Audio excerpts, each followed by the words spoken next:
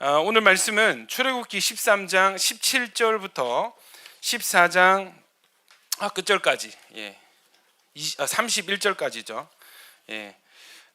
제목은 돌파의 무대 위에 선 성도들이라는 제목을 할 말씀 전하겠습니다. 먼저 하나님 말씀 같이 선포하겠습니다. 저와 여러분이 한 절씩 번갈아 가며 교독하겠습니다.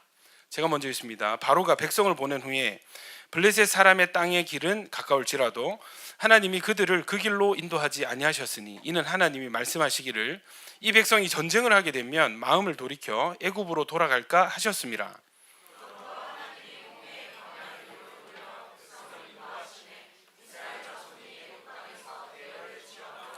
모세가 요셉의 유고를 가졌으니 이는 요셉이 이스라엘 자손으로 단단히 맹세하게 하여 이르기를 하나님이 반드시 너희를 찾아오시리니 너희는 내 유고를 여기서 가지고 나가라 하였음이더라.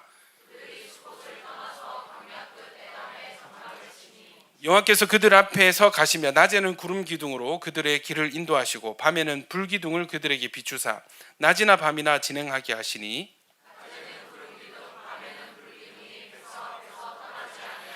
여호와께서 모세에게 말씀하여 이르시되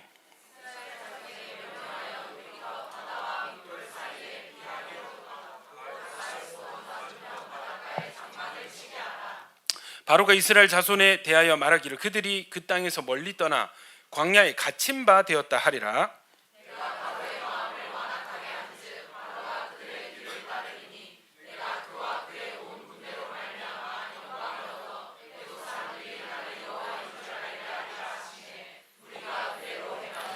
그 백성이 도망한 사실이 애굽 왕에게 알려짐에 바로와 그의 신하들이 그 백성에 대하여 마음이 변하여 이르되 우리가 어찌 이같이 하여 이스라엘을 우리를 섬김에서 놓아 보내었는가 하고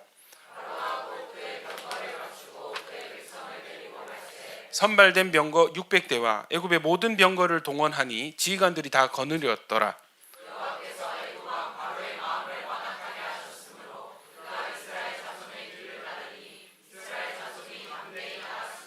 애굽 사람들과 바로의 말들, 병거들과 그 마병과 그 군대가 그들의 뒤를 따라 바알스본 맞은편 비하히롯 곁 해변 그들이 장막 친 데에 미치니라.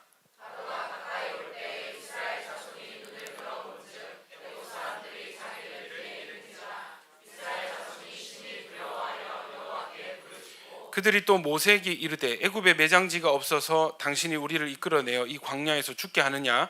어찌하여 당신이 우리를 애굽에서 이끌어내어 우리에게 이같이 하느냐?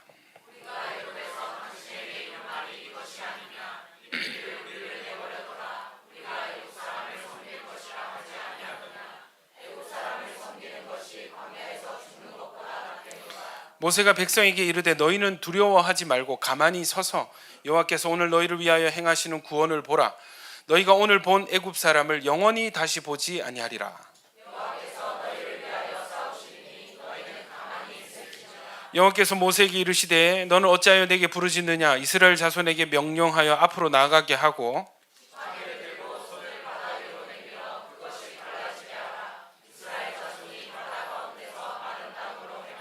내가 애굽 사람들의 마음을 완악하게 할 것인지 그들이 그 뒤를 따라 들어갈 것이라.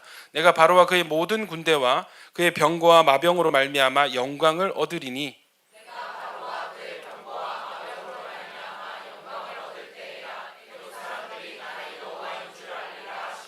이스라엘 진 앞에 가던 하나님의 사자가 그들의 뒤로 옮겨가매 구름 기둥도 앞에서 그 뒤로 옮겨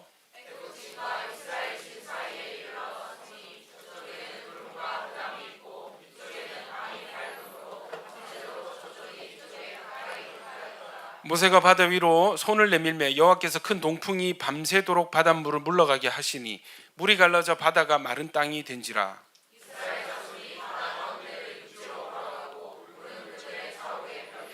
애굽 사람들과 바로의 말들 병거들과 그 마병들이 다 그들의 뒤를 추격하여 바다 가운데로 들어오는지라.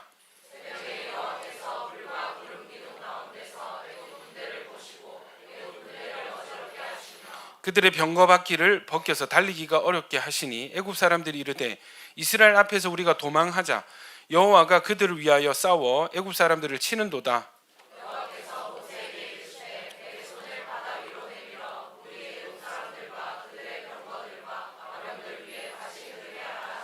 모세가 곧 손을 바다 위로 내밀매 새벽이 되어 바다의 힘이 회복된지라. 애굽 사람들이 물을 거슬러 도망하나 여호와께서 애굽 사람들을 바다 가운데 엎으시니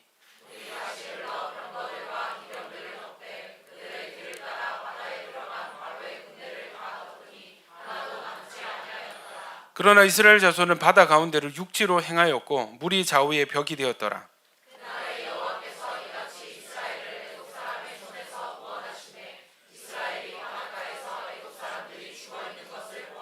같이요. 이스라엘이 여호와께서 애굽 사람들에게 행하신 그 큰 능력을 보았으므로 백성이 여호와를 경외하며 여호와와 그의 종 모세를 믿었더라. 아멘. 할렐루야. 여러분, 하나님은 지금도 살아계셔서 일하시는 하나님이십니다. 아멘이시죠? 그래서 하나님은요, 지금 일하세요. 일을 만들고 성취하시는 여호와라 하셨습니다. 이 하나님께서 무엇을 하시는지를 아는 것은 우리 인생을 살아가는 데 있어서 매우 중요한 일 중에 하나입니다. 여러분, 우리가요 정말 하나님 믿고 예배하고 살지만은 우리 일상 가운데 하나님 일하심을 잊고 살 때가 더 많은 것 인정하시겠습니까? 주님 주님 하면서도 여러분 일상 가운데 많은 분량은 내가 내 힘으로 살고요, 그냥 오토매틱이에요. 정해진 루틴대로 그냥 사는 거예요. 아침에 눈을 뜨면 하나님의 도우심 없이도 세수하고 옷 입고 밥 먹고 출근합니다. 이해되시죠? 예. 출근하면 늘 봤던 그 부서 사람들, 회사 동료들 함께 지루한 어제 했던 그 일을 또 하고요. 식사 시간이 되면 또 밥을 먹고요. 퇴근할 때 되면 또 룰루랄라 집으로 이제 퇴근하게 되는. 여러분, 이러한 분량 가운데 우리가 상당 부분 하나님의 동행하심을 인지하지 못하고 그냥 오토매틱으로 내 힘으로 사는 경우가 굉장히 많더라는 것입니다. 그런데 한 번씩 언제 우리가 정신을 차리냐면 일을 하다가 뭔가 내가 실수를 했어요. 뭔가 회사에 손해를 끼치고 뭔가 이게 잘못하면은 불이익이 되어서 돌아올 만한 상황이 발생을 할 때 어떻게 됩니까? 예, 그제사 주여 살려주시옵소서, 주님 도와주세요, 기도가 나와지는 것이죠. 여러분, 하나님은요 우리 부지 중에도 우리와 함께 하시고 약속대로 우리를 떠나지 아니하시는 하나님이십니다. 아멘이시죠? 여러분, 하나님께서 우리를 은혜로 거듭나게 하셨어요. 태어나게 하셨어요. 여러분, 구원받은 것은 거듭남, 영어로 born again, 그러니까 태어남으로 비유를 하셨어요. 예수님이 직접 말씀하셨죠. 그러니까 여러분 다 예수님 믿으십니까? 예, 아멘이시죠? 예, 그럼 여러분은 이미 태어난 존재들인 것입니다. 여러분, 우리 참 감사한 게 올해 우리 다음 세대가 뉴웨이브 키즈 시즌 2, 예, 신인들이 계속 지금 태어나고 있습니다. 지금 기존 아이돌들이 굉장히 위기감을 느끼고 있고, 예, 신인 그룹이 지금 생겨나고 있습니다. 참 감사한 게 여러분, 하나님께서 뭔가 일을 하실 때 항상 미리 알려주시고 예고하시고, 저번에 그 한참 우리 막 이렇게 유산되고 아픔을 겪을 때 있지 않습니까? 기도하다 하나님께서 어떤 그림 보여주셨어요. 우리 자매들 머리 위에 숫자가 뜨는데 그 1월, 2월, 3월, 4월 이렇게 해서 달수가 이렇게 숫자가 다다다닥 뜨더라고요. 그래서 제가 그때 선포를 했습니다. 뭐라고요? 다달이 애들이 임신하고 태어날 것 같습니다. 이렇게 했는데 그거를 또 같은 환상을 본 집사님들이 여러 계셨어요. 동시에 숫자들을 보고. 그래서 우리 그 의심 많은 박성준 집사님이 다 조사를 했어요. 이렇게 하고 이제 몇 달 뒤에 목사님 아니던데요. 그래서 우리도 잘못 봤는가 보다 하고 넘어갔는데 결과적으로 이제 거의 3년 차가 됐죠. 예, 2년이 지나서 어떻게 돼요? 지금 매달 자녀들이 탄생하고 있습니다. 할렐루야. 또 매달 지금 여러분 아직 뭐 오프 더 레코드 약간 비공개 소식들도 있지만, 예, 매달 임신하고 있습니다. 할렐루야. 어디까지 가나 한번 보십시다, 여러분. 여러분, 계속 임신의 은혜가 있기를 축원합니다. 단 임신은 결혼하고 임신하는 걸로. 뭐 근데 뭐 넘어가도록 하겠습니다. 워낙 또 힘들다 보니까 예외 상황은 두지 않도록 하겠습니다. 여러분, 이 태어나는 것은 정말 하나님의 은혜인 줄로 믿습니다. 여러분, 태어난 아기가 이 태어나는 것도 참 그거 해요. 우리 그 공기수 김예나 우리 집사님 부부도 이렇게 태어날 때 진짜 여러분 이 드라마가 있었어요. 애가 계속 커지는데 진통은 안 오고, 그래가지고 그 선생님이 보고 요거 약간 임신 중독 초기 단계인 것 같다. 그래서 빨리 나와버리자 해서 유도분만을 시도를 했습니다. 그래서 막 겁이 많더라고. 이렇게 막 걱정 많이 하고, 저는 뭐냐면 여차하면 째라, 뭐 요즘 뭐 자연분만 굳이 할 필요 없다 이렇게 이제 하는데, 예나 집사님 의지가 강력한 거예요. 자연분만 한번 해보고 싶습니다. 이 해산의 고통을 느껴보고 싶습니다. 아마 지금 굉장히 후회하고 있을 거야. 굉장히 째랄 때 째야 되는데, 했는데 어떻게 막 진짜 용을 쓰고 했는데, 아기가 또 태어나면서 양수를 먹어버렸어요. 그러니까 하준이는 태어날 때부터 이제 물에 한번 빠졌다가, 그렇죠? 자체 침례 후에 지금 태어난 거예요. 물을 마셨어요. 그래서 산소 포화도가 떨어져 가지고 산소 호수를 꽂고 있었습니다. 또 그거 가지고 태어나자마자 기도를 하고, 지금 그 산소 포화도 정상으로 돌아오고 혈색도 정상이고, 처음에 보라색이었다, 보라돌이었더라. 그래서 저는 다온이가 탯줄 목이 2번 감겨 가지고 지금 얼굴이 시꺼멓게 보라색으로 나온 거 제가 봤거든요. 사람 얼굴 어떻게 이렇게 시꺼멓지, 보라색이지 생각했는데, 그 똑같이 하준이도 보라색이었다 하더라고요. 지금 건강하게 이제 자가 호흡도 잘 하고, 할렐루야. 이렇게 태어났는데, 이제 여러분 그 단톡방에 이제 하준이 사진이 올라오지 않습니까? 우리 신생아들 사진 올라오면 그 여러분 어떠세요? 저는 보면은 엄마 닮았나 아빠 닮았나 이렇게 보더라고요. 이렇게. 이해되시죠? 보니까 하준이는 엄마를 많이 닮은 것 같습니다. 눈이 이렇게 길쭉하게, 커다랗게, 그 이목구비가 신생아도 어떻게 그렇게 또렷한지 한 인물 하겠더라고요. 그래서 기대가 되고, 여러분이 아이를 이 건강하게 출산하는 것도 참 기쁨인데, 그것도 참 감사한 제목인데, 낳은 그 다음 문제는 뭐예요? 이 아이가 얼마나 건강하게 시절을 쫓아서 잘 성장하느냐. 이게 또 부모의 그 관심거리 아니겠습니까? 여러분, 성장해야 될 아기가 크지를 않고, 또 말을 해야 될 시점에 뭔가 언어 발달이 느리거나 뭔가 인지 능력이 조금 더디게 되면 어떻게 돼요? 부모 마음에 그게 또 걱정이 되고 근심 걱정거리가 되게 되는 거죠. 그래서 여러분, 시절을 쫓아 과실을 맺는 게 복 있는 사람의 특징이잖아요. 아멘입니까? 그러니까 때를 따라 순적하게 성장하고, 학교 갈 때 들어가서 친구들과 잘 어울리고, 그냥 평범한 은혜를 누리는 이것이 진짜 큰 하나님의 은혜더라고요. 아멘이시죠? 여러분, 우리 신앙도 마찬가지입니다. 우리의 구원이 거듭남이라면 우리의 신앙생활은 성장인 것이에요. 아멘입니까? 우리를 낳으신 하나님의 기대는 무엇입니까? 시절을 쫓아 과실을 맺는 것처럼 우리가 순적하게 성장해 나가는 것이 하나님의 기쁨이 되는 줄로 믿습니다. 여러분, 칼빈은 이런 얘기를 했어요. 교회는 믿음의, 모든 믿는 자들의 어머니의 품이다, 이렇게 얘기하는. 그래서 하나님께서 우리 거듭난 우리들을 어떻게 해요? 교회라는 어머니의 품에 맡겨서 그 어머니로부터 나오는 그 젖을 사모하고, 그 젖을 통해서, 말씀이죠, 말씀을 통해서 성장하고 자라게 하신다라고 정의를 내렸습니다. 여러분, 신앙생활은 교회 생활이에요.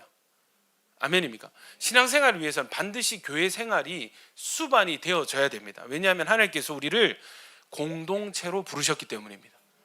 아멘이시죠? 그래서 저는 현대에 지금 유행하고 있는 무교회주의자들은 매우 이 말씀에서, 언약에서 벗어나 있다라고 저는 평가하고 싶어요. 그건 건강한 신앙생활이 될 수 없습니다. 여러분, 하나님은 태어난 우리를 교회라는 어머니의 품에서 함께 자라가도록 하셨습니다. 아멘이시죠? 좋으나 싫으나 교회인 거예요. 공동체인 거예요. 이것도 하나님의 뜻이 있습니다. 그리고 여러분, 성경에 보면은 사도 바울이 교회를 엄중히 책망할 때가 있는데 공통점이 있어요. 몇 가지 상황들이 있는데 공통적으로 성장하지 않을 때 사도 바울 굉장히 혹독하게 책망을 합니다. 고린도전서 3장 1절부터 3절까지 한번 같이 읽어보겠습니다. 시작. 형제들아, 내가 신령한 자들을 대함같이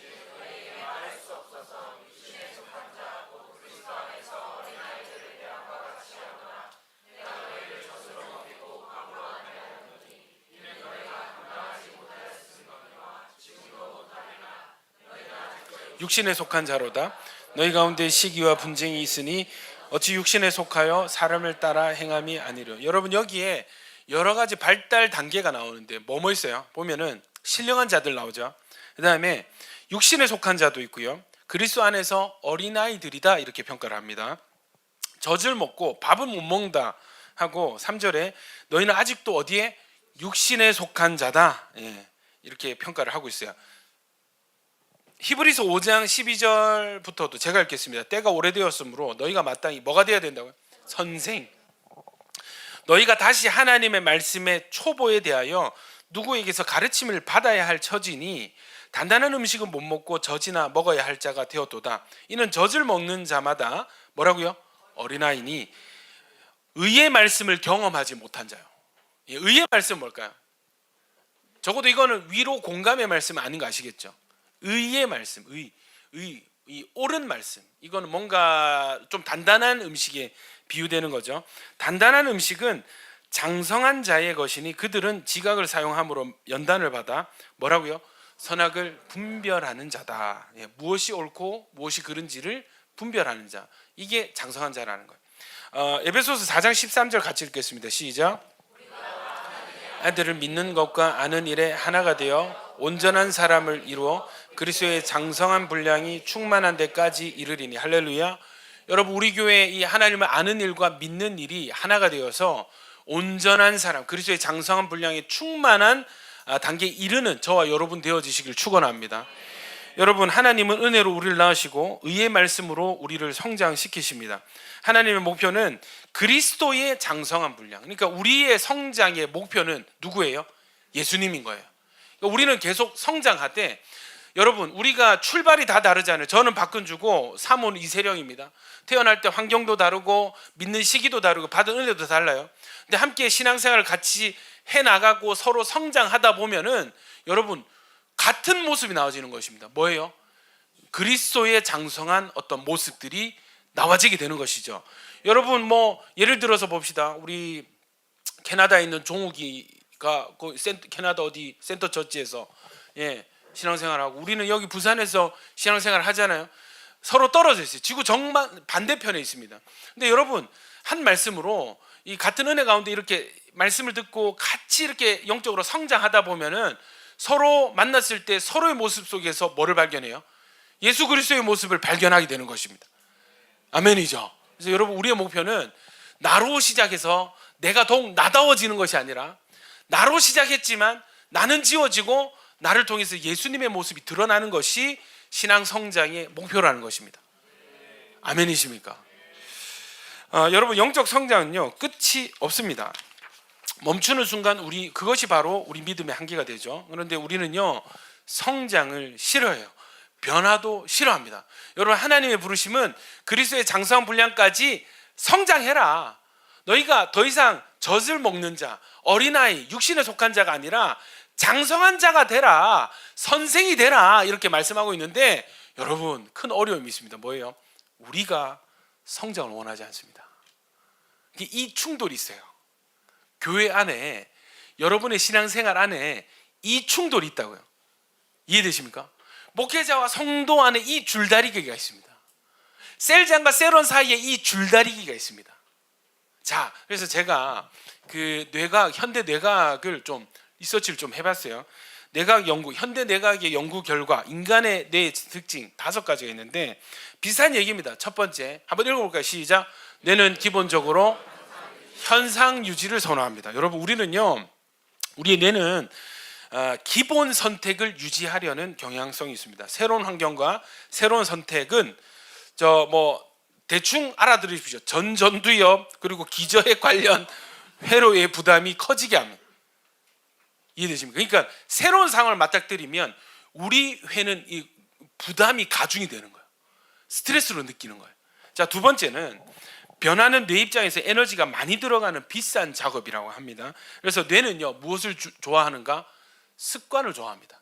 습관을 좋아하고 패턴을 만들려고 하고요. 매뉴얼에 집착해요. 이해되시죠? 우리가 어떤 새 직장에 새로운 직무를 맡았는데 뭐가 없으면 매뉴얼이 없으면 너무 불안한 거예요. 이해되십니까? 그냥 뭐 별거 없거든요. 별거 없고 그냥 자리만 지키고 앉아 있어도 되는데 매뉴얼 찾아요.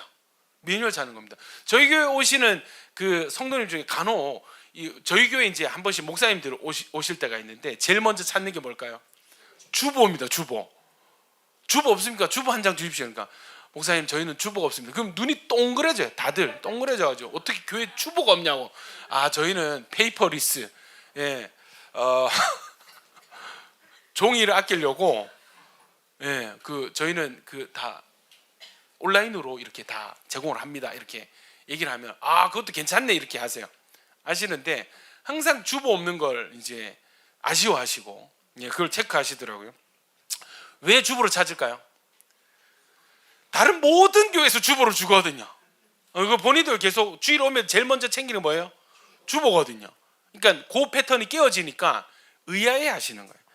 예, 여러분, 또 더군다나 이 우리가 피곤하거나 바쁜 상황이 되면요, 우리 뇌는요 원래 하던 방식으로 회귀하려고 합니다. 그러니까 여러분 이게 뭐냐면, 야 맛집 갈까? 뭐 어디 새로운 데 가볼까? 뭐 여기 가볼까? 이건 뭐예요? 컨디션이 괜찮다는 뜻이에요. 지금 기분이 좋다는 거예요. 이해되시죠? 약간 릴렉스가 된 거예요. 근데 스트레스 빡, 뭔가 불안 빡 이렇게 되면 어떻게 될까? 뭐 먹을까? 그냥 먹던 거 먹자. 네가 알아서 시켜. 이해되시죠?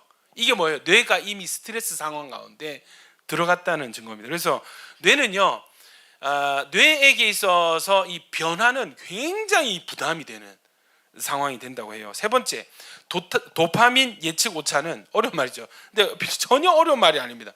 하여튼 학자들은 뭔가 좀 쉬운 말이라도 어렵게 만들려는 특이한 은사가 있습니다. 이게 도파민 예측 오차는 새로운 학습의 엔진이지만 비용과 노력과 함께 계산이 됩니다. 무슨 말이냐면, 여러분 새 일을 맡았을 때 야 그거 재밌겠다 할 때 도파민이 빡 나오잖아요.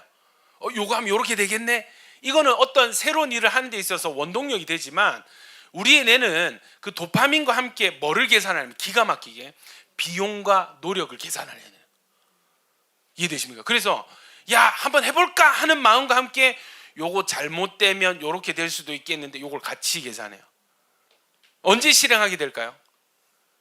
도파민 예측 오차가 이렇게, 예, 넘어갈 때, 오케이, 해서 나쁠 거 없다 할 때 실행을 하게 된다는 거죠.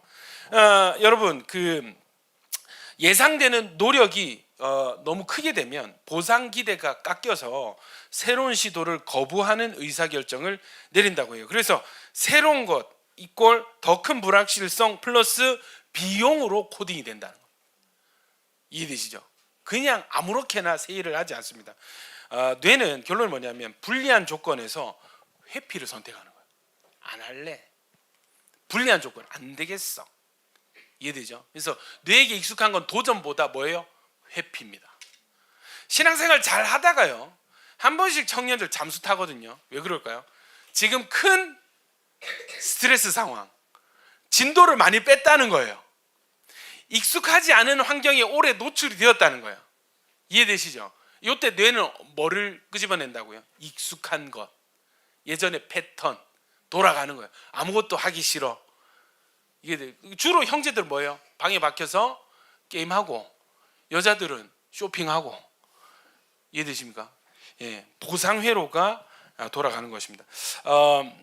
네 번째, 아까 말씀드렸지만 스트레스와 불안은 변화 수용 능력, 인지 유연성을 떨어뜨립니다.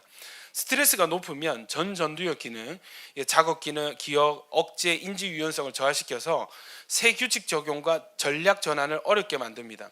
그래서 이제 적응하지 못하게 하는 거예요.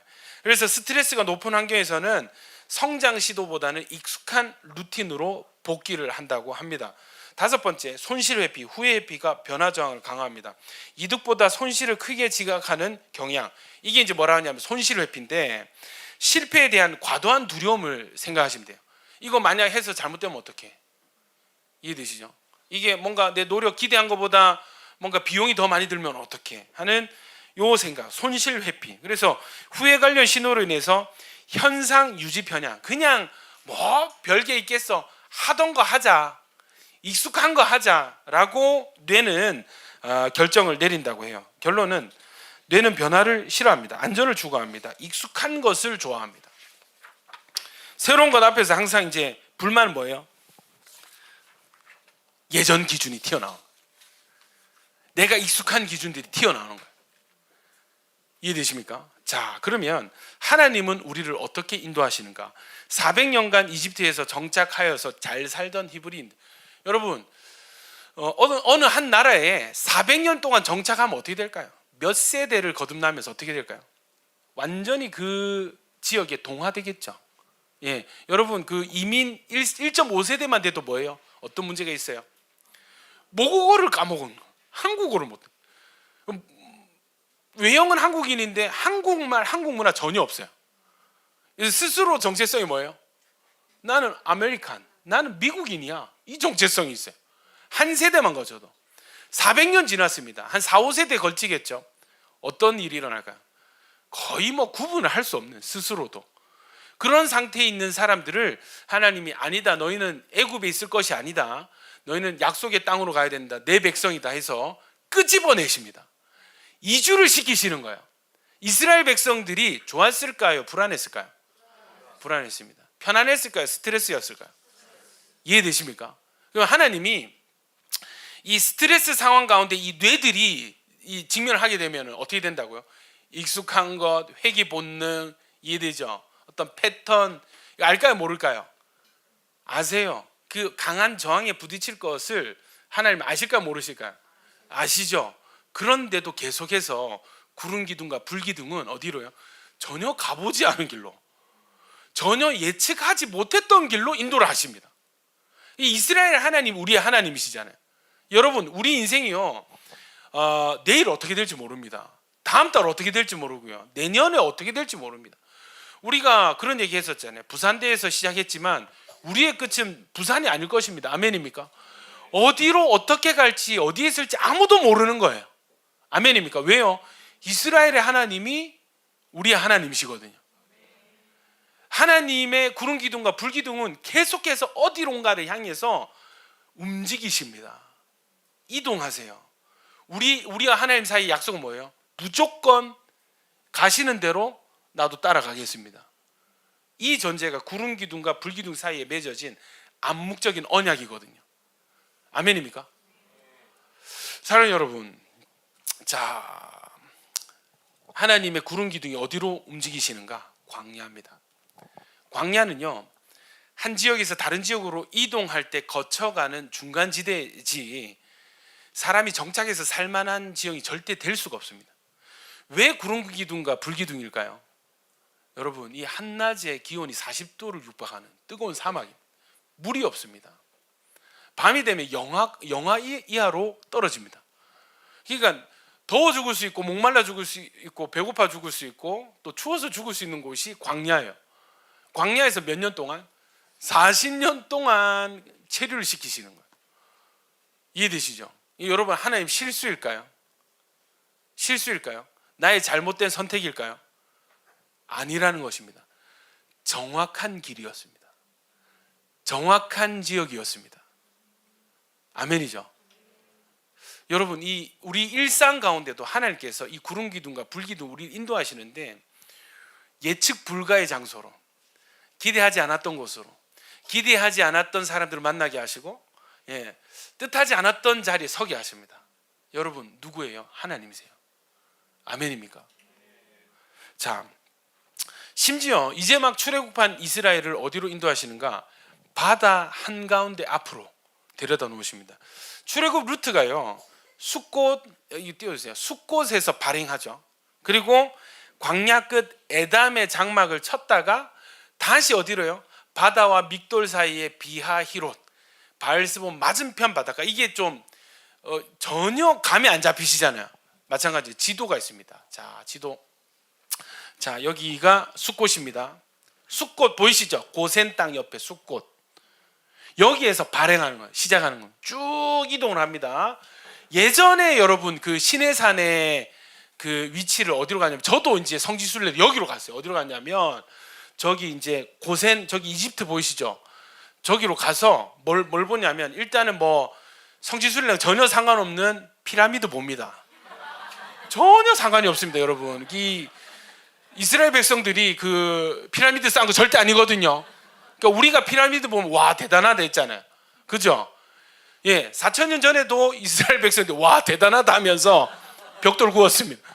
이해되시죠? 이거 봅니다. 그 다음에 나중에 우리도 그럴 기회가 반드시 있으면 좋겠는데 제가 이거 계속 반복해서 말하니까 언젠가 갈 것 같아요. 믿으시죠? 어디 가냐면 이집트 박물관이 있습니다. 거기 가서 꼭 봐야 될 것들이 몇 개 있어요. 그 중에 그 이스라엘을 쫓았던 특별히 제작된 600대의 병거, 그러면 금으로 도금된 그 병거가 있어요. 그 전차 전체가 금으로 도금이 되어 있습니다. 그게 원형이 그대로 지금 보존이 되고 있고 그런 거 좀 봐야 되거든요. 자, 어쨌든 여기서 출발을 하면은 기존의 시내산이 어디냐면 여기입니다. 시나이 반도 끝에 있는 이쪽에 산이 하나 있어요. 여기를 이제 나는 그 모세 시내산인 줄 알고 버스를 타고요. 이제 관광버스 타고 요렇게 내려갑니다. 요렇게 내려갑니다. 근데 여러분 버스 탈 때 여담입니다. 그 이집트 법상 강도들이 많아서 군인이 중무장한 경찰이 한 명 타요. 뭐 들고 타냐면 권총이랑 그 AK 소총 있죠. 그거 들고 있잖아요. 버스 가시면 진짜 무섭습니다. 이렇게 와가지고 여기 갑니다. 여기 가가지고 하룻밤 일찍 자고 다음날 새벽 2시에 일어나서 등산을 해야 돼. 4시간 올라가야 돼. 왜요? 일출 보려고. 시내산에서 미신 약간 뭐라고 그러지? 하여튼 한국 사람들 일출을 봐야 됩니다. 그래서 열심히 산을 타고 올라갑니다. 힘든 사람 뭐 타면 될까요? 낙타 타면 됩니다. 예, 낙타 타고 올라갑니다. 올라가면은 또 웃긴 게 한국 사람들 많이 오거든요. 그러니까 그 위에 휴게소 뭐 팔까요? 신라면 팝니다. 꼭 먹어줘야 됩니다. 또 맛있더라고요. 해가지고 거기서 여러분 이제 해가 딱 뜰 때 여기가 전부 다 붉은 돌산입니다. 그러니까 어떻게 될까요? 막 돼지가 타오르는 거예요. 막 엄청 장관이에요. 그러니까 막 이제 그때부터 애들 뭐 해요? 저희 때는 여러분 인스타죠. 저희 때는 싸이월드거든요. 싸이월드 사진 올리려고 막 무릎 꿇고 막 이러면 사진 찍고 막 서로 찍어주게 하고. 근데 여러분 최근에 성경 고고학자들이 밝혀냈는데 여기가 아니래요. 여기였습니다. 전혀 엉뚱한 데 가가지고 은혜 받고 여기가 아니었어요. 어디냐면 여기 이제 사우디아라비아에 있는 여기 이름도 미디안 광야입니다. 여기에 그 알라우즈라는 산, 이게 그 호렙산인데 똑같은 지형이에요. 그러니까 여기가 그 살구나무가 많이 있는. 이게 살구나무가 뭐냐면 아몬드 산이거든요. 산 이름이 아몬드 산이에요. 재밌죠? 여기인데 그럼 결국 홍해 도하의 지점이 어디냐면 여기입니다. 바로 여기서 이렇게 건너간 거예요. 근데 자, 어디에 먼저 숫곳에서 발행해서 어디에 에담 보이십니까? 여기 에담 있습니다. 예. 광야 끝 에담에 장막을 쳤는데 구름 기둥이 어디로 인도하시는 거예요? 갑자기 밑으로, 바다 밑으로 인도하십니다. 바다 한가운데 데려다 놓고 여기 장막을 치래요. 이해되십니까? 여러분 이게 이해가 되세요? 가나안 땅 어디 있습니까? 여기 가나안 저 위에 약간 화면 끝에 초록색 보이시죠? 가나안입니다. 숫곳에서 발행했을 때 제일 빠른 길이 어디냐면 Way of the Philistines 해가지고 이게 블레셋의 길입니다. 해안길이고 평지예요. 여기로 가면은 일주일 만에 가나안 땅 갈 수 있습니다. 쉬운 길이죠. 근데 일로 안 갔어요. 왜요? 성경에 뭐라 그랬어요? 여기는 이미 블레셋인들이 전투민족들이 자리 잡고 살고 있어요. 이 길을 통과하려면 어떻게 돼요? 싸움 잘하는 애들이랑 다이다이해서 이겨야 돼. 그러면 지금 막 출애굽해가지고 기진맥진한데 마음이 어떻게 될까요? 마음이 상하는 거예요. 하나님이 야 너희 수준에는 힘들겠다 해서 아예 이 길은 제외하셨습니다. 그래서 어디로요? 에담에 장막을 쳤는데 여러분 여기서도 지금 요 그대로 올라가면 가나안 땅입니다. 그죠? 며칠 안 걸려요. 그런데 어디로 가세요? 밑으로. 어디로? 바다 한가운데로. 다음 사진 한번 보여주십시오. 자, 여기가 이 김승학 우리 집사님이라고 지금 장로님이던데 이 지역에서 뭘 발견했냐면 여러분 아까 이전 사진 여러분 여기 갔는데 제가 아무리 눈 둘러봐도 200만 명이 이렇게 거주할 만한 평지가 없어요. 여기에는 있습니다. 그리고 여러분 여기서 적어도 200만 명이 1년 이상 체류를 했다면 흔적이 있을까 없을까요? 있겠죠. 여기는 아무 흔적이 없어요. 여기에는 쏟아져 나옵니다. 다음 사진. 그 중에 하나가 이런 바위 보면은 고대 히브리어들이 적혀 있고, 특히 이 사진은 뭐냐면 이거 뭐예요 여러분? 촛대, 메노라 촛대가 새겨져 있습니다. 그리고 여러분 당시에 그 애굽에서 섬겼던 금송아지 시인이 음각으로 새겨져 있습니다. 금송아지가 고대 히브리어가 적혀 있고, 그다음 또 뭐가 있냐면 다른 사진에 보면은 만나를 먹었잖아요. 만나를 이렇게 갈아 먹었던 맷돌들이 많이 발견이 되는 거예요. 맷돌들이 있어요. 신기하죠? 다음 사진요. 예. 그래서 왜 이 지형이냐? 자, 저기 에담에서 이쪽으로 내려왔습니다. 보시면 아시겠지만 전부 다 산맥이에요. 보이시죠? 그리고 길이 여기 보면 요 하나입니다. 실제로 지금도 이 지역을 가려면 이 길을 따라가지 않으면 갈 방법이 없어요. 여기 있으면 여기는 바다죠. 막혔습니다. 딱 여기에 한 200만 명 딱 진을 치기 딱 좋은 평지가 딱 하나 있습니다. 재밌죠? 예. 여기에 딱 들어가요. 그리고 나서 그 바로 왕의 귀에 소식이 들어갑니다. 바로 왕이시여, 지금 이스라엘 백성들이 여기에 진을 쳤습니다. 그래? 도간에 든 쥐들이네. 잡으러 가자 해서 군대가 출격을 합니다. 생각해 보십시오. 도망을 가려면 여기 막혔죠. 여기 막혔습니다. 앞에 바다입니다. 뒤에는 길이 하나인데 협곡이에요. 근데 이 길을 따라서 지금 누가 들어오고 있어요? 애굽의 군대들이 쳐들어오고 있습니다. 그런데 이 도간에 든 쥐, 이 상황을 누가 만드셨어요? 하나님이 이곳을 인도를 하셨습니다. 여러분, 질문 드리겠습니다. 왜 하나님이 이곳을 인도하셨을까요? 첫 번째, 하나님 실수다. 구름 기둥이 내비가 고장이 나가지고 길을 잘못 들었다. 예? 여러분, 이게 하나님 실수일까요? 절대 아니겠죠. 정확한 하나님의 인도하심이었습니다. 여러분, 항상 우리가 이해되지 않는 하나님의 인도하심, 이해되지 않는 상황에는 뭐가 숨어 있냐면 하나님의 정확한 의도가 숨어 있습니다. 믿으시면 아멘. 상황이 더욱 악화되죠. 여러분, 출애굽기 14장 5절에 말씀 보여주세요. 그 백성이 도망한 사실이 애굽 왕에게 알려짐에 바로와 그의 신하들이 그 백성에 대하여 어떻게 해요? 마음이 변하여 이르되 우리가 어찌같이 이스라엘 우리 성김에서 놓아 보내었는가 하고 곧 그의 병거를 갖추고 그의 백성을 데리고 갈새 선말된 병거 600대. 이건 뭐냐면 특별 전차입니다. 전차 자체가 금으로 도금이 돼가지고 부러지지 않는 거예요.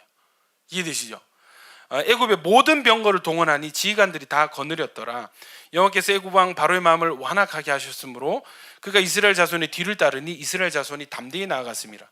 애굽 사람들과 바로의 말들, 병거들과 그 마병과 그 군대가 그들의 뒤를 따라 바알스본 맞은편 비아히로 곁 해변, 정확하게 지명을 얘기하고 있죠. 그들이 장막 침대에 미치니라. 사랑하는 여러분, 왜 하나님께서 이런 상황을 만드시는가? 이것은 하나님이 어떤 무대를 만드시고 그 무대 위에 우리를 올려놓으시는 거예요. 이런 순간들이 아마 있어 오셨고 앞으로도 있어질 것입니다. 아멘이십니까? 이스라엘 생각 보십시오. 10가지 재앙을 보고 나왔어요. 6월절의 기적을 보았습니다. 지금도 자기들 눈앞에는 구름 기둥과 불 기둥이 바로 눈앞에 활활 타오르고 있습니다. 그런데도 이 상황이 되니까 사람들 마음속에 있는 뭔가가 막 튀어나오기 시작하는데 14장 10절부터 한번 읽어보겠습니다. 10절, 11, 12절 시작.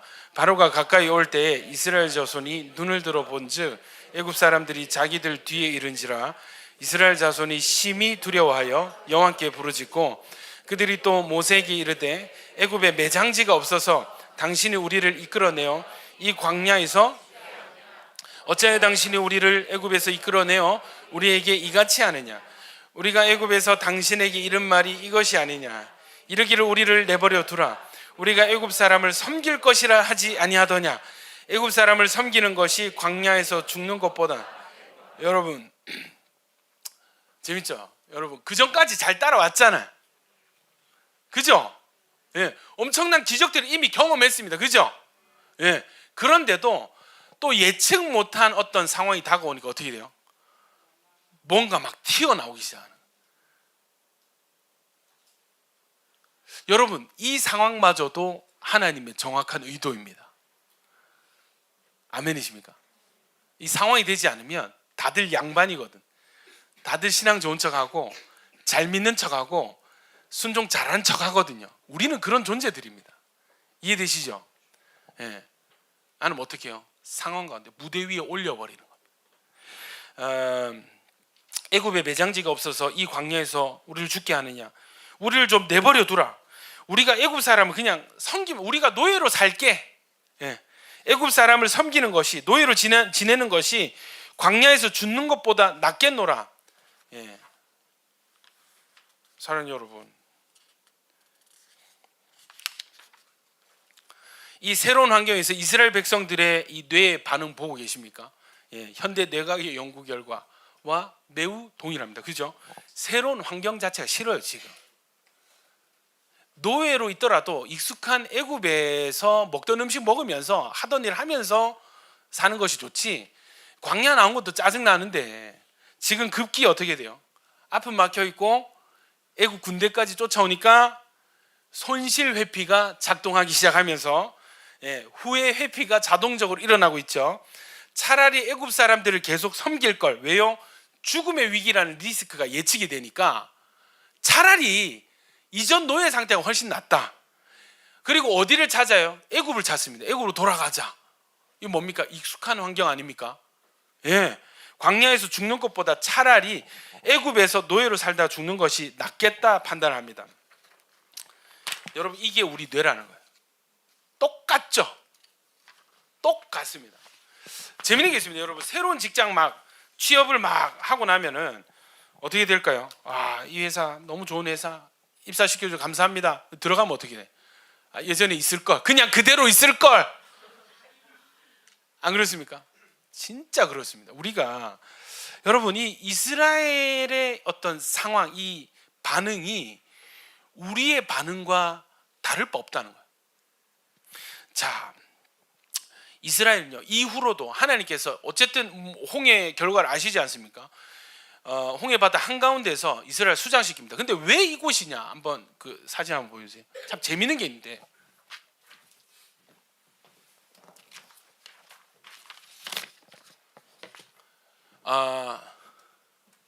자, 여기가 호르스의 길이라는 블레셋 사람의 땅의 길 있습니다. 평지입니다. 예, 편한 길이에요. 쉬운 길입니다. 근데 어떻게 해요? 이 강한 적들이 기다리고 있습니다. 다음요. 자, 왜 이곳이냐면 저기 뉴웨이브랑 이름 비슷한 뉴웨이바에 여러분, 홍해가 진짜 수심이 깊대요. 이게 1200m, 제일 깊은 데 3km가 넘는 엄청 깊은 바다입니다. 그죠? 근데 여러분, 이 뉴웨이바 이 지역에만 뭐가 있냐면 경사 5도에 폭 6km의 둔덕이 있습니다. 천년 길이 바닷속에 숨어 있었어요. 그러니까 여러분, 이게 경사가 너무 이렇게 지면 어떻게 돼요? 굴러 떨어지겠죠. 경사 5도로 그 산책하듯이 내려갔다가 올라오는 길이에요. 그 길이 딱 여기에만, 여기에 폭 6m, 해서 요렇게 요 구간에만 요 둔덕이 있다고 합니다. 너무 신기하죠? 그러니까 밤이 맞도록 바람이 부니까 어떻게 될까요? 물이 이렇게 한쪽이 막히면서 이 6km의 폭 6km의 길이 드러나는 거죠. 그런데 여러분, 그 고고학자들이 어디에서 시작해서 어디로 나왔는지를 알아맞힐 수 있대요. 왜 그런지 아십니까? 하나님 약속이 뭐예요? 너희가 바다를 육지처럼 건너게 하겠다 약속을 하셨죠. 불기둥으로 이걸 지지는 거예요. 그럼 어떻게 될까요? 이 진흙이 아스팔트가 됩니다. 근데 그 진흙 아스팔트 지형이 이 해변가에 남아 있습니다. 그래서 여러분, 그 고고학자들이 가가지고 망치로 그 아스팔트를 깨가지고 들고 나오는 거예요. 자갈과 진흙이 고온에 의해서 녹아가지고 여러분, 이 포장이 되는 거예요. 너무 신기하죠? 그게 이 해변부터 이까지 이어진대요. 신기하지 않습니까? 그리고 선발된 특별병거 600대가 뭐라고요? 금으로 도금된 6개의 살이 있는 병거인데 여러분 요 지역에 묻혀 있습니다. 지금도 금으로 산호가 덮여 있는데 그렇지 않은 부분은 금으로 반짝반짝 빛이 나고 있어요. 예, 수영 잘하시는 분들 가셔가지고 몇 개 건져 오시면 교회 건축에 굉장히 힘이. 휴가 이쪽으로 가시기 바랍니다. 사랑하는 여러분, 하나님께서 딱 정확한 지역으로 인도하셨습니다. 그리고 이 홍해의 바다를 건너게 돼요. 그리고 제가 여러분 이건 개인적으로 그 이집트 왕조를 공부를 했습니다. 그 수련회 전에 이제 그 이집트 몇 왕조 있잖아요. 요 그 출애굽 당시에 왕조 이전에 어떤 왕조, 굉장히 강력한 왕조가 있었는데 아수르 지역까지 점령을 했었습니다. 그러면 자 보세요. 바로 왕이 유월절 그 이후에 장자들이 죽고 막 그래가지고 두려워가지고 이스라엘 출애굽 시켜줬잖아요. 마음이 바뀔 수 있죠. 가나안 입성 후에도 마음이 바뀔 수 있죠. 언제라도 큐 하면 여러분 이 군대가 어디까지요? 가나안까지 그냥 밀고 들어와서 학살할 수 있는 강력한 힘이 있는 왕조였습니다. 이해되십니까? 하나님께서 왜 이곳을 인도하셨는가? 여기서 이집트 군대가 일시에 수장이 되잖아요. 여러분 미래의 잠재적인 위험을 제거하신 것입니다. 아멘입니까? 아멘이죠. 그러니까 하나님이 하시는 일은 하나님 생각은 우리의 생각보다 높다 하셨습니다. 아멘이시죠? 우리는 미래를 모르지만 하나님 미래에 일어날 일들을 아시잖아요. 하나님은 예방하고 방지하시고. 아멘입니까? 예, 미리 일하세요. 할렐루야. 여러분 이 홍해를 건넌 뒤에 그러면 이스라엘 반응이 어떻게 해야 될까요? 야, 역시 하나님이야. 하나님은 초월하시는 분이죠. 하나님은 정말 신뢰할 만한 분이야. 예. 내 삶에 어떤 불확실성, 예측하지 못한 이벤트가 발생하더라도 하나님만 믿고 따라가면 되겠지. 예. 이런 믿음이 아니고 틈만 나면 불평합니다. 홍해 앞에서의 그 불평이요 그치질 않아요. 어디까지? 예, 가데스 바네아까지 계속 이어집니다. 15장에 마라의 쓴물 사건이 있습니다. 모세가 홍해에서 이스라엘을 인도하며 그들이 나와서 수르 강야로 들어가서 거기서 사흘길 3일이죠 걸었으나 물을 얻어 3일 뒤 이 엄청난 기적이 일어난 3일 뒤에 마라라는 지역에 이르렀는데 그곳 물이 써서 마시지를 못하는 거예요. 예, 그 이름을 마라라 하였더라. 백성이 모세에게 원망하여 이르되 우리가 무엇을 마실까? 모세가 여호와께 부르짖었더니 그에게 한 나무를 가리키시니 그가 물에 던지니 물이 달게 되었더라. 거기서 여호와께서 그들을 위하여 법도와 율례를 정하시고 뭐 하셨다고요? 그들을 시험하셨다. 여러분 그 뒤에 이 마라라는 셈은 써요. 쓰다라는 말이 그 현대 히브리어로 이렇게 보면은 방사능, 독극물 이런 것까지도 이 마라라는 단어 안에 포함이 되고 있습니다. 그러니까 이거 동물인 거, 동물. 그냥 단순히 쓴 물이 아니고 독약 같은 물이에요. 이해돼? 썩은 물.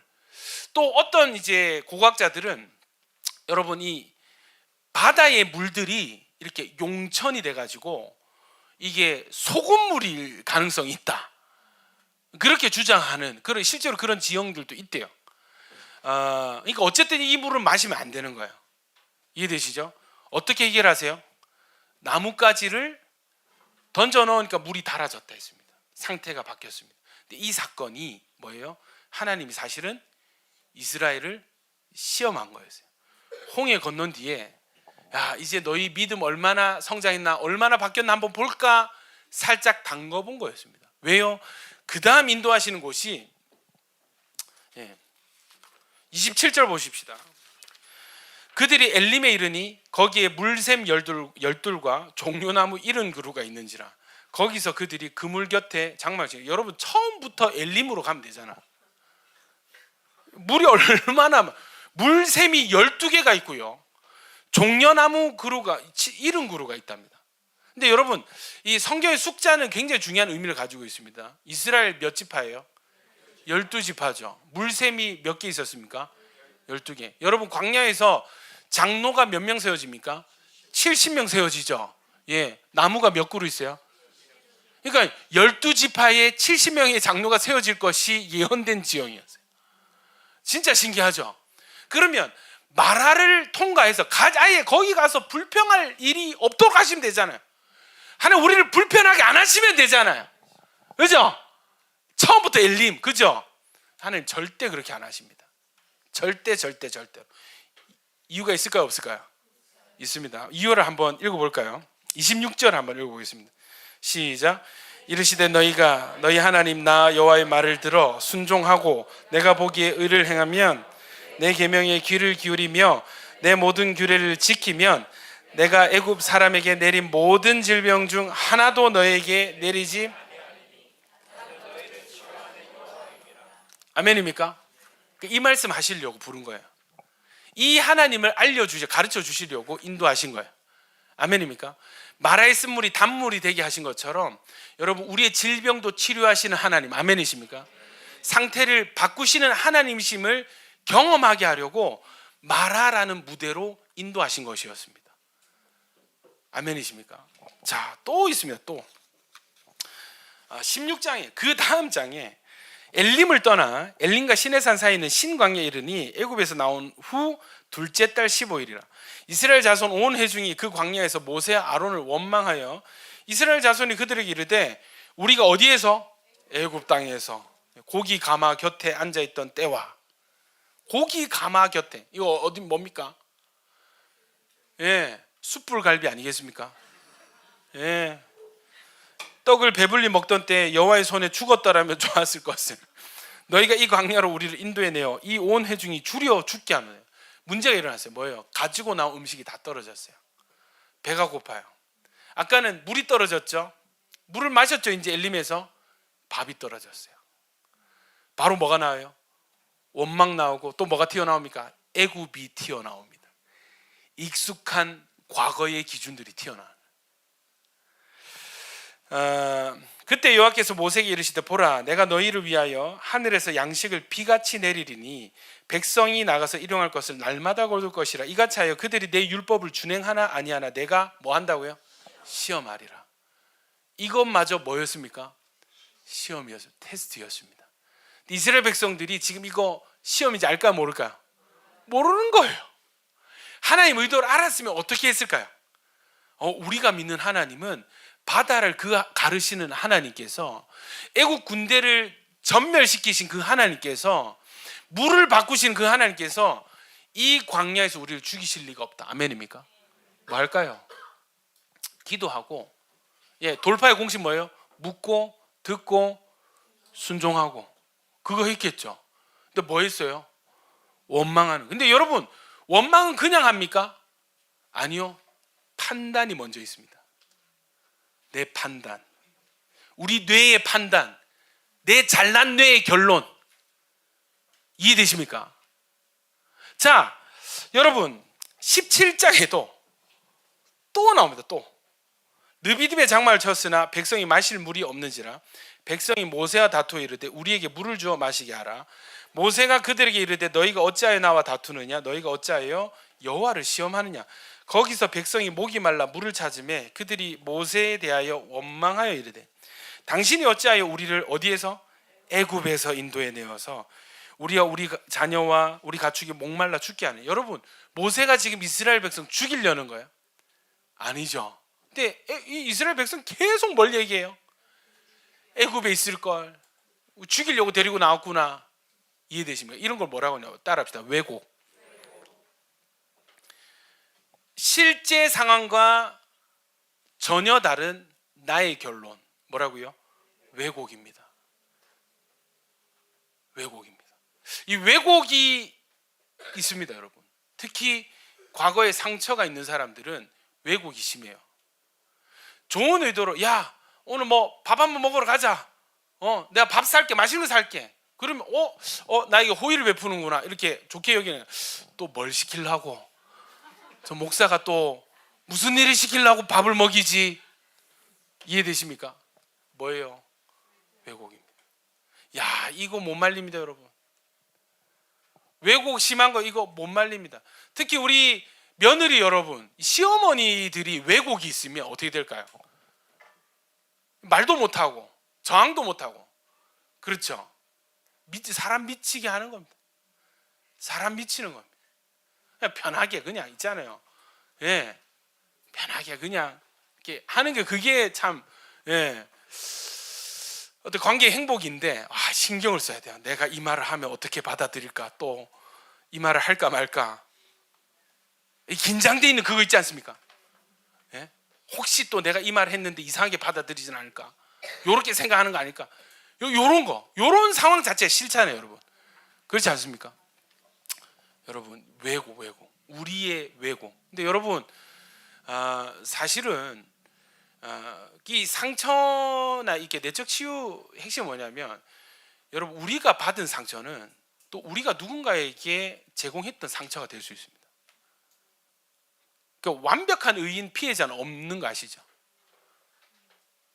철이 철을 날카롭게 하듯이 사람을 연단하는 것은 사람이에요.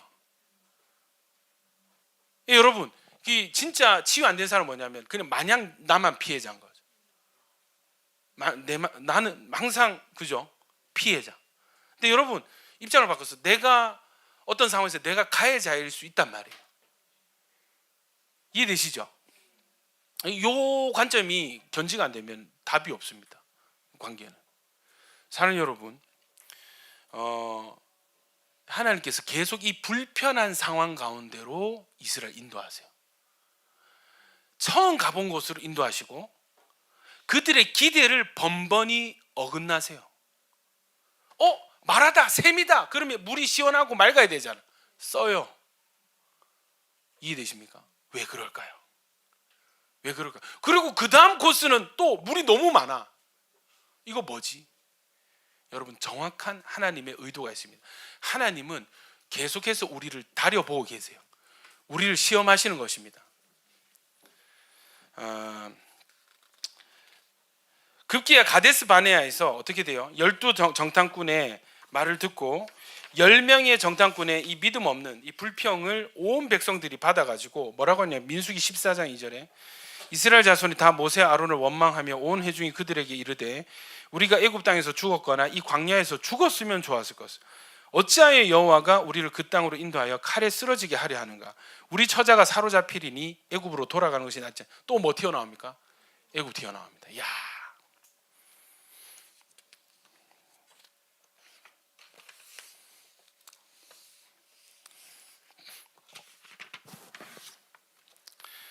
여러분, 하나님께서는 지금도 동일하게 일하고 계십니다. 우리를 새로운 환경으로, 그리고 결핍의 환경. 이스라엘은 뭐가 있었어요? 길이 없고 바다 앞에서 길이 없는 곳으로 인도하시고, 또요 마라, 물이 없는 곳으로 인도하시고, 또요 양식이 없는 곳으로, 또 고기가 없는, 이 굉장히 중요한 문제죠. 고기가, 이거는 좀 원망할 만하다. 고기가 없는 곳으로 인도하시고, 계속 뭔가 결핍의 상황으로 우리를 몰아넣으십니다. 하나님은 결코 이스라엘을 익숙하고 쉬운 길로 인도하지 않으셨어요. 블레셋의 길은 가깝지만 그 길을 아예 처음부터 제외하셨습니다.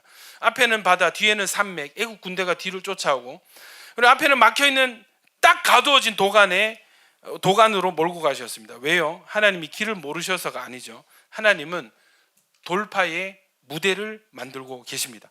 우리는 보통 이렇게 생각합니다. 문제가 사라지는 게 은혜다. 압박이 사라지면 그것이 돌파다. 그런데 성경은요, 반대로 이야기합니다. 하나님은 문제만 해결하시는 것이 아니라 우리의 믿음을 성장시키십니다. 아멘입니까? 결국 이 돌파를 통해서 우리에게 주시는 선물이 무엇인가? 우리 믿음의 성장입니다. 하나님을 아는 지식이 하나가 되는 것입니다. 하나님을 경험하는 돌파가 저 여러분에게 있기를 축원합니다. 하나님이 돌파의 상황을 통해서 우리를 또 정결하게 하세요. 우리를 연단하세요. 연단이라는 단어가 굉장히 기가 막힌데, 여러분, 연단은요 불순물을 제거하는 과정입니다. 이게 겉보기에 이거는 참 좋은 금이다 했는데 어떻게 돼요? 불에 넣어서 녹여보면 뭐가 돼요? 불순물이 확 떠오릅니다. 그걸 걷어내죠. 그러고 나서 그걸 또 식히고 때립니다. 그러나 그것을 다시 용광로에 넣어서 녹입니다. 어떻게 돼요? 이젠 된 것 같은데, 이 정도면 된 것 같은데 또 불순물이 떠올라요. 하나님께서 계속 우리를 재련하시고 연단하세요. 그러면서 어떻게 해요? 우리의 믿음이 순전해지는 것이죠. 할렐루야.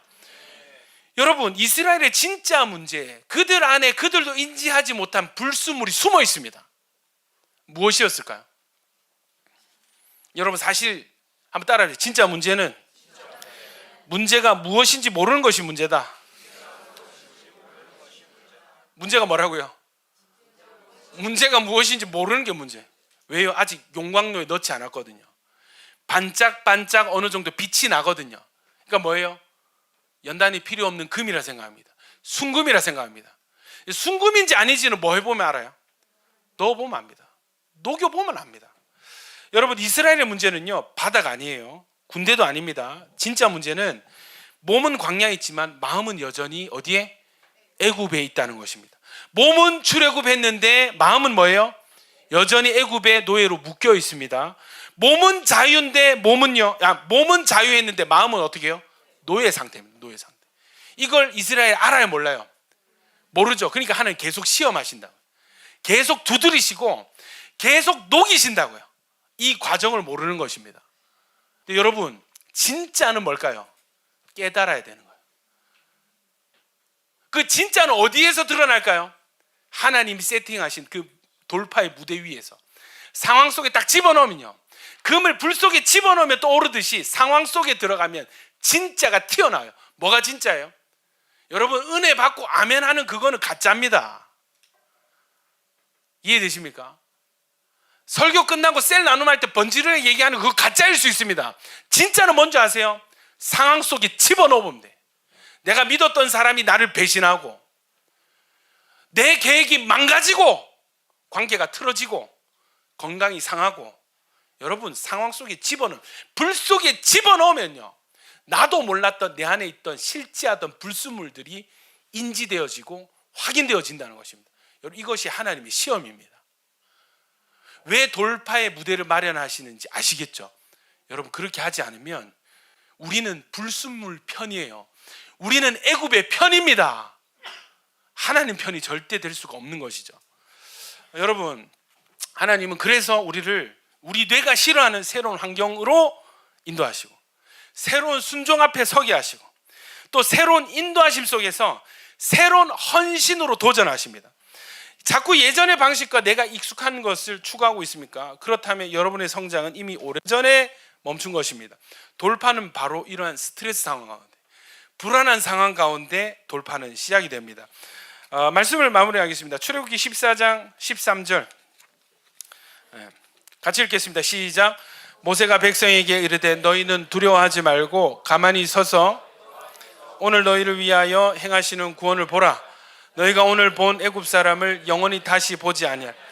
여호와께서 너희를 위하여 싸우시리니 너희는 가만히 있을지어다. 여러분, 돌파의 핵심은, 이 돌파의 주체가 내가 아니라 하나님이시라는 것입니다. 이스라엘과 여러분, 이집트가 싸운 적이 없습니다. 누가 싸우셨어요? 하나님이 이집트와 싸우시고 하나님이 이기십니다. 아멘입니까? 이 하나님께서 요구한 순종이 딱 하나입니다. 너희는 누구를 보라? 하나님을 보라는 것입니다. 너희는 두려워하지 말고 가만히 서서, 어디 도망갈 생각하지 말고 애굽으로 돌아갈 생각하지 말고 뭐 하라고요? 가만히 서서 오늘 너희를 위하여 행하시는 무엇을 보라고요? 구원을 보라. 할렐루야. 참 재밌는 게 이겁니다.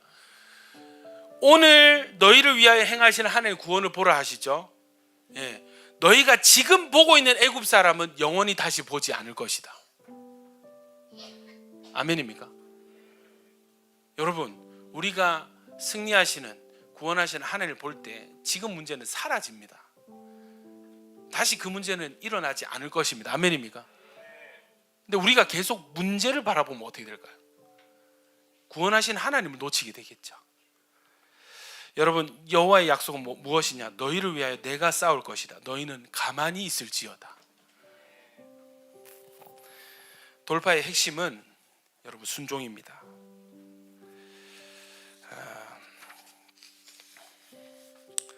그리고 돌파의 결과는 하나님의 승리이고, 하나님을 향한 믿음이 생겨나게 되는 것입니다. 출애굽기 14장 30절 31절 같이 선포합니다. 시작. 그날에 여호와께서 이스라엘이 바닷가에서 애굽 사람들이 죽어 있는 것을 보았더라. 이스라엘 여호와께서 애굽 사람들의 행하신 그 큰 능력을 보았으므로 여러분 하나님의 명령은 딱 하나였어요. 보라는 것입니다. 나를 바라봐라. 가만히 서서 나를 봐라. 내가 뭐 하는지 봐봐. 이해되십니까? 이 보라는 단어로 계속 설명하세요. 하늘을 보았더니 어떻게 돼요? 애굽 사람들 다시 보지 않을 것이라 약속하셨고 30절에 보세요. 이스라엘이 바닷가에서 애굽 사람들이 죽어 있는 것을 보았더라. 그리고요, 이스라엘 여호와께서 애굽 사람들이 행하신 그 큰 능력을 뭐라고요? 보았으므로 백성이 어떻게 됐다고요? 여호와를 경외하며 여호와 그의 종 모세를 뭐 했다고요? 믿었더라. 할렐루야. 여러분 신뢰는요, 돌파를 통과할 때만이 생겨나는 것입니다. 하나님 잘 믿기 원하시죠? 하나님 경험하기 원하시죠? 돌파 저 너머에 있습니다. 홍해 건너편에 있습니다. 아멘이십니까? 하나님은 오늘도 우리를 새 길로 인도하시고 새 일을 행하. 여러분 새 길, 이 말씀 그 송구 영신 때 이 말씀 보면 되게 좋아하시더라고요. 현대 뇌과학이 밝혀냈습니다. 여러분 새 길을 싫어합니다. 우리는 새 일을 싫어해요. 익숙한 환경이 좋아요. 편한 습관이 좋아요. 하던 대로 살고 싶어요. 하나님 뭐라고요? 새 길로 인도하시고 새 일을 행하시는 분이십니다. 아멘입니까? 이사야 43장 15절부터 읽겠습니다. 시작. 이스라엘의 창조자여 너희의 왕이니라. 나 여호와가 이같이 말하노라. 바다 가운데 길을 큰 물 가운데 지름길을 내고 병과 말과 군대의 용사를 이끌어내어 그들이 일시에 엎드려져 일어나지 못하고 소멸하기를 꺼져가는 등불 같게 하였느니라. 너희는 이전 일을 기억하지 말며 옛날 일을 생각하지 말라. 보라 내가 새 일을 행하리니 이제 나타낼 것이라. 너희가 그것을 알지 못하겠느냐? 반드시 내가 광야의 길을 사막의 강을 내리니 장차 들짐승 곧 승냥이와 타조도 나를 존경할 것은 내가 광야의 물을 사막의 강들을 내어 내 백성 내가 택한 자에게 마시게 할 것입니다. 이 백성은 내가 나를 위하여 지어난 나를 찬송하게 하려면. 여러분 이게 출애굽 여정 아닙니까? 홍해 일 아닙니까? 이게 뭐예요? 보라 내가 새 일을 행하리니. 할렐루야. 여러분 우리의 삶 가운데 새 일을 하나님께서 행하고 계십니다. 새 일이 일어나는 하루 중 오늘이 그 하루가 될 것입니다. 여러분 내일도 새 일이 일어나게 될 것입니다. 뭐 하지 말라고요? 이전 일을 기억하지 말고 옛날 일을 생각하지 마라. 할렐루야. 그러면 우리가 앞의 일을 뭐 생각할 수 있습니까? 생각조차 못합니다. 우리가 바라보아야 할 분은 누구예요? 오직 하나님 여호와. 아멘이십니까? 하나님께만 시선을 고정하는 것입니다. 사랑하는 여러분, 하나님을 선택하는 것은, 돌파하는 것은 하나님을 따라 광야로 들어가는 것입니다. 쉽고 편한 길이 아니라, 그렇다고 뭐 어려운 길도 아니에요. 무슨 길이에요? 하나님이 앞서 행하시는 그 길입니다. 하나님이 인도하시는 그 길입니다. 여러분 불확실성 속으로 들어가는 거예요. 후회할 것에 대한 두려움이 우리를 가로막고요, 익숙하지 않은 환경이 우리를 괴롭힐 것입니다. 네가 있을 곳은 여기가 아니야, 애굽이야. 이전 상태로 돌아가라 유혹합니다. 너 편한 대로 살아라 유혹합니다. 여러분 이때 필요한 것이 순종입니다.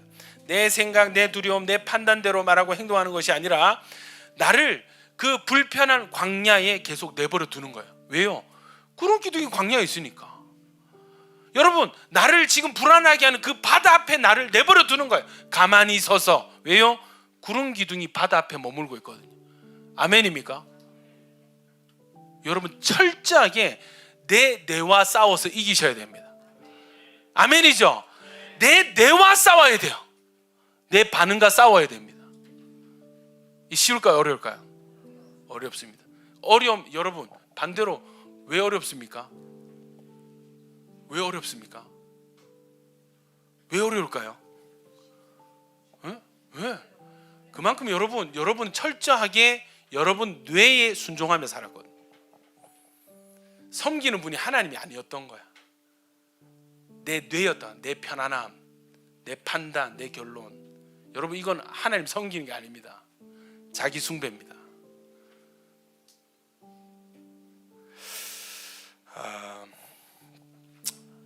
여러분 돌파 후의 공통점은 예배입니다. 15장에 가면 모세가 하늘을 막 찬양합니다. 여호와는 나의 힘이요 노래며 구원이시로다. 그는 나의 하나님이신 내가 그를 찬성할 것이요 내가 그를 높이리로다. 아멘이십니까? 여러분 이 모세가 노래한 뒤에 누가 또 노래하냐면 미리암이 19절부터 바로의 말과 병과 마병이 함께 바다에 들어가매 하나님이 바닷물을 그들 위에 되돌려 흐르게 하셨으나 우리는 마른 땅으로 지나간지라 하면서 말과 병거를 바다에 던지셨다 찬양을 합니다. 이사야 43장 21절 같이 읽겠습니다. 시작. 이 백성은 내가 나를 위하여 지었나니 나를 찬송하게 하려 함이니라. 할렐루야. 여러분 참 재밌게도 우리가 2026년 예배와 회개를 방향성으로 잡았죠. 첫 번째 주제가 뭐예요? 돌파입니다. 근데 여러분 돌파에 대해서 이렇게 말씀 연구하다 보니까 항상 돌파 후에는 뭐가 바뀌냐면 예배가 바뀝니다. 아멘이십니까? 여러분 진짜 예배 원하십니까? 돌파하시면 됩니다. 여러분 신앙 성장하기 원하십니까? 예, 돌파하시면 됩니다. 돌파하고 싶어요. 뭐 하면 될까? 여러분 순종하면 됩니다. 할렐루야. 우리 다시 한번 읽겠습니다. 이사야 43장 21절 시작. 이 백성은 내가 나를 위하여 지었나니 나를 찬송하게 하려 함인. 여러분 올 한 해 우리를 돌파시키실 주님을 찬양합니다. 돌파된 자마다 영광의 예배에 참여하게 될 것입니다. 우리의 예배가 진실되고 감격이 넘치는 예배가 될 줄로 믿습니다. 고린도후서 5장 17절 읽고 말씀 마치겠습니다. 시작.